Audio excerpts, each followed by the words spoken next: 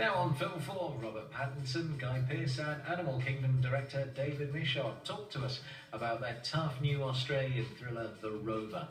And you can see Pearce in Michod's amazing directorial debut, Animal Kingdom, tonight at 10 to 11. Go!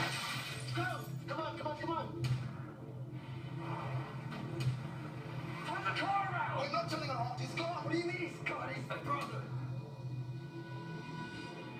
Your brother left you to die. He's abandoned you out here to me. You don't know to fight, your death's gonna come real soon. The plot is very simple. It's a movie on that level about a guy who gets his car stolen and spends the movie trying to get it back. The story is the gently unfolding relationship between Guy and Rob's characters. In the world of the movie, the nature of the collapse was, pretty rigorously considered. Even just the word collapse, I think, is a kind of clear indicator of what might have gone wrong. That it is today, but it's fallen apart. Tell me where your brother is. He was going south, a long way from here. I'll take you to him, I promise. I'm just gonna get your t-shirt. Get up and we're leaving. I didn't shoot the first day or two, I think, and I went to set and I watched Rob doing some stuff and I was just immediately struck by how vulnerable he seemed and how great he was, and that he was real. I'd seen some of this in rehearsal, but it's very different once camera's rolling and it's there on the monitor, But then when I watched the stuff on screen that he was shooting, I was really reminded of how vulnerable he was, which then really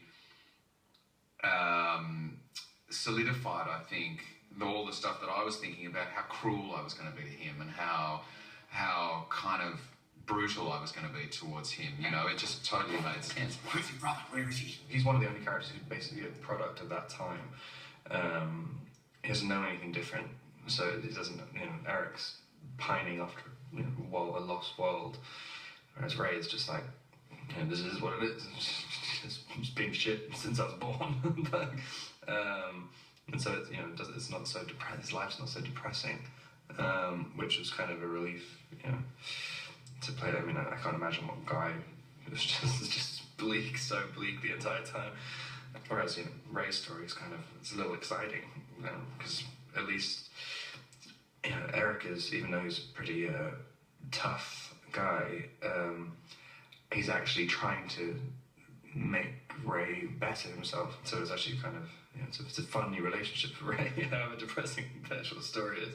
Getting Rob and Guy together and getting the characters on their feet is where you start finding everything else, And the character speaks as much through things like Rob's munty haircut or, Guy's homemade sort of personal manicuring or the way Guy holds himself, the decades of tension and damage that he holds in his neck and shoulders. These are the ways in which a character speaks just as much as the words they say, and that's, in a way, the stuff, and the voice. This is the stuff that you find when you actually get the real people there and you start building the thing. When we did the makeup tests, there were little gimmicks and things. Like one of the things, I had these makeup on my teeth, and it kept rubbing off all the time. And then I had to redo a take because my teeth makeup would come off, so I started doing everything like that. And then it just became like a character trait, so I didn't have to do my teeth makeup. But I got really into hiding my teeth all the time. I believe in God, and I know Henry believes in God. There's no harm Henry wants to see me come to. I believe in that. Yeah, look at the harm you've come to, and where's Henry? Waiting for me. He's not waiting for you. Yes, he is. No, he's not. I'll tell you what God's given you. He's put a bullet in you.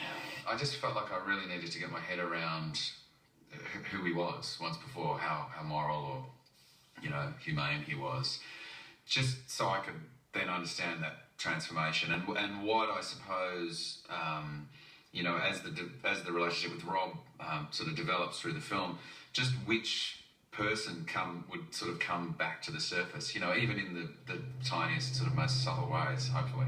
This character is so emotionally damaged, so closed down. Guy is so good at filling that stillness with intimidation, but also it's giving you these little cracks into the kind of the damaged child inside that creature. You must really love that car, darling. What does he get worked up about in this day and age? What is it about the car that you love so much? Can you tell me?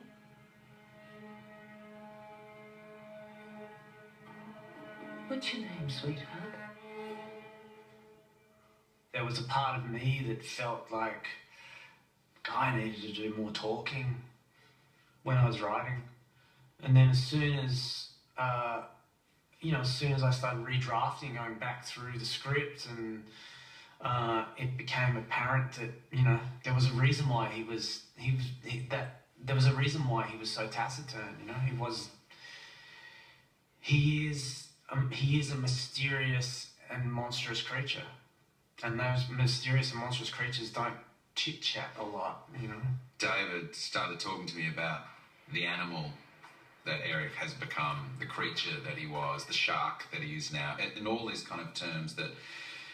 And once I, you know, aside from trying to understand who Eric used to be and getting my head around that, I also did have to understand who he is now. And I think once I got a sense of the monster that he'd become, I mean, for want of a better term, it was more about an animal, I think. An animal just surviving. You think about a dog that's out in the desert that has no real sense of history or future or what is right and what is wrong. It's just survival. Guy, you can do a kind of sustained intensity really well. It's really hard to do without, you know, it could quite easily look kind of silly if you're just pissed off all the time.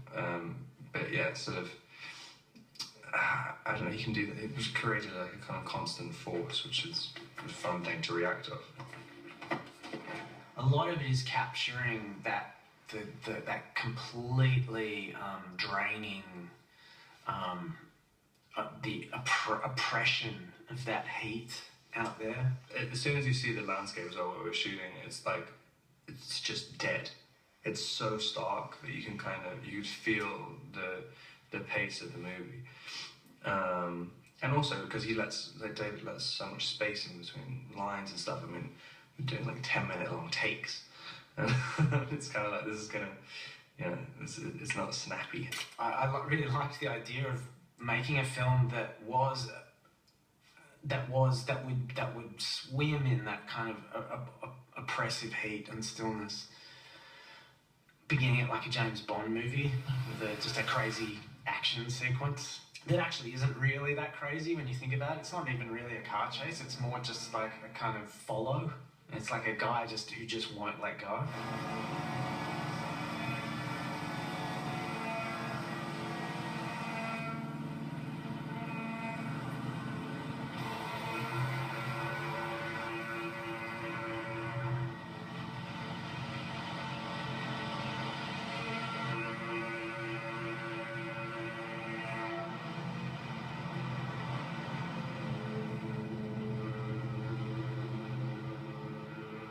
This is David's forte. I mean, aside from directing actors, his forte really is setting a tone, this unquestionable tone of the world that we're in, or whatever, whether it's Animal Kingdom or this, or whatever film he does in the future. So I do think that even though it's very challenging, I do think people will come away from it, and it may not be everyone's cup of tea, but I do feel that people will come away from it and go, wow, I feel affected by the movie. The finished product feels like it feels like the dream I had when I was writing it, you know? It feels like a really clear execution of my original intent, which says to me on some level that I was able to plan what it was going to look and feel like and execute it. I like things that are really difficult. I'm not entirely sure how to predict how an audience will go for it. Like I remember David Michod about this was like when after we made it, he was like, yeah, I thought I was making a really commercial film. It's like an action movie. It's like.